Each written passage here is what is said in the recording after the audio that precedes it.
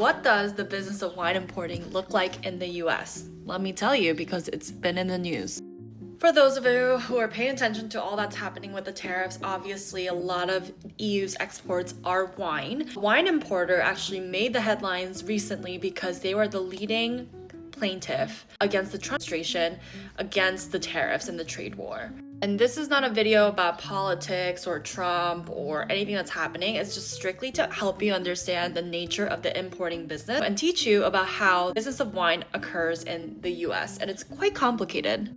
First and foremost, the US is a huge and very important market for the EU and for wine consumption. Not just the EU, actually just the whole world of wine consumption. The US is actually the #1 country in the world globally that consumes wine. So as you can see, a lot of volume flows through the US. And if you study WSET 4 level course 2, you will learn all about the market of wine. Let me tell you about how the US governs and regulates wine, the point of sale of wine.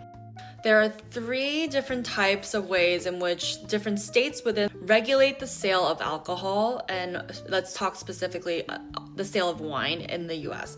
There is 1, the free market, which is easy to operate as long as you have a license, and there's a handful of states, and I'll list it right here. The second model is to have a franchise, and there are 10 states within the United States that operate in this model. Essentially, you have a distributor, those who are helping to sell once they receive the goods, wine, from the importer, whose job is to broker the deal within external parties. After they get it from the importers, they are the distributor and they sell it to the points of sale. So you have supermarkets, you have specialty stores, you have wine stores, wine bars, all these things. Typically, it depends on where you stand. Like my wine teacher was telling us that they hold a lot of power because they actually can lock you into these crazy deals for years and years and years, so you can't sell anywhere. And so you really don't want to piss off a distributor in this. Last but not least, there's the control model. So within the US, there are 3 states that operate in this way, and it has to do a lot with, guess what? Religion.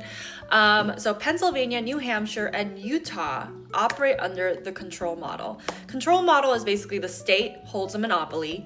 They govern what kind of alcohol could be on sale, including the types of brands, how many of what kind of alcohol could be sold. And so they work like a monopoly, and they take upwards of 40% for taxes. So you think about marijuana is operated in this way, alcohol is also treated in this way in these 3 states. Utah, it's actually illegal to actually ship alcohol to that state because of all these regulations. It's crazy, but it still exists. And here